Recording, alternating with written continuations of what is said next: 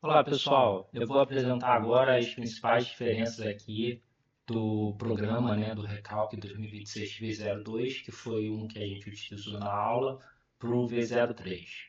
Então, implementando algumas correções aí que eu fiz, que a gente viu na aula, e também algumas novas funcionalidades, tá? Então, vai clicar, ele demora um tempinho para aparecer a tela, tá bom? Então, ele apareceu aqui, apareceu o nosso monitor, arrastar para cá, vai aparecer a tela de login, então vocês só fazer o login, botar o e-mail e a senha padrão que foi fornecida, ou caso vocês fizeram uma nova senha, É só você queiram fazer, é só clicar que ele vai mandar um link para o e-mail, tá?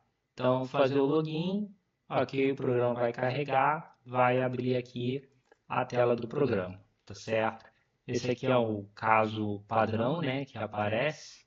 A gente pode, deixa eu ver se eu abro aqui o caso do exercício da aula que a gente fez, então tá aberto, tá? E aí, quais são as principais diferenças, uma diferença importante é o valor aqui do QB, que na aula estava em força por unidade, força dividido por comprimento ao quadrado, como se fosse unidade de tensão, e aqui já está corrigido para a unidade de força. Ele aparece tanto corrigido aqui, quanto corrigido aqui também, tá bom? E aí, um outro ponto importante aqui, agora são nos cálculos, a gente pode pedir aqui para calcular, ok? Ele vai calcular nos diversos pontos, as tensões, e aí os recalques, E aqui, além do cálculo do recalque, lógico que ele está muito próximo, da base, a gente sabe que ele tende a tensão, como a gente viu na aula, ela não tende a ficar realista quando está a uma distância muito próxima, a gente poderia aumentar um pouquinho mais, mas a gente agora ele calcula a tensão, o sigma z, tensão na vertical, ele calcula o sigma x e o sigma y, tá? E por que isso é importante? O programa ele já faz aqui direto, ele já faz por camadas, direto, mas ele sempre considera um comportamento elástico linear.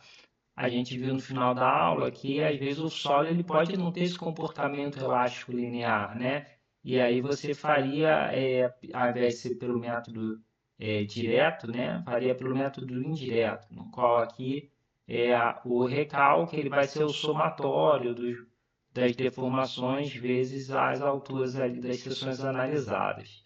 E se a gente for pegar o tridimensional, eu vou ter que a deformação em Z ela vai ser 1 dividido pelo módulo de elasticidade, que multiplica a tensão em Z menos é, duas vezes o coeficiente Poisson vezes a tensão radial.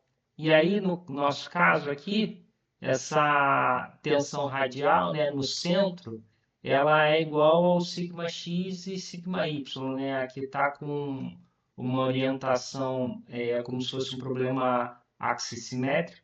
Então, por isso que a gente fala de tensão radial. Mas se fosse um problema no plano cartesiano, É, então seria sigma x e sigma y. Então é o equivalente a falar isso aqui é a mesma coisa que sigma z menos coeficiente Poisson que multiplica, abre parênteses, sigma x mais sigma y. Então, como eles são iguais, por isso fica esse duas vezes delta sigma e, tá bom? Então, aqui ele dá esses valores, tá? Que aí permite fazer os cálculos. Lembrando que, nesse caso aqui, as tensões elas são dadas pela convenção aqui da elasticidade. Então, negativo significa compressão e positivo significa tração. Tá bom? Então, essa é a principal diferença da versão V3 para a versão V2. E aí permite já obter com o programa com mais facilidade as tensões para utilizar o cálculo indireto, tá? Como a gente viu lá no final do slide, vamos lá para o final da aula, A gente pode ter diferentes comportamentos do material, e aí às vezes com base nesses comportamentos aqui diferentes, a gente poderia calcular então deformações diferentes, né, com base nas tensões. Então poderia ser um solo argiloso, e aí lembrando aqui, né, voltando do jambu, né, então Yambu, e aí você tem o J normalmente para argilas igual a zero, tem uma deformação bem maior, então o J igual a 1 são para solos mais arenosos e J0 são solos mais siltosos.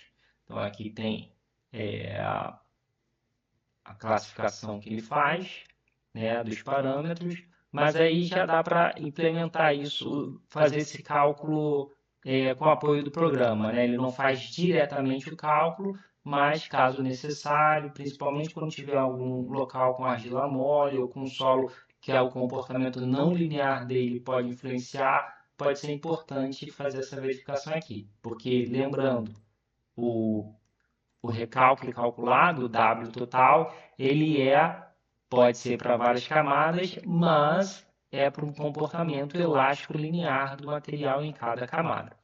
Tá bom? É isso.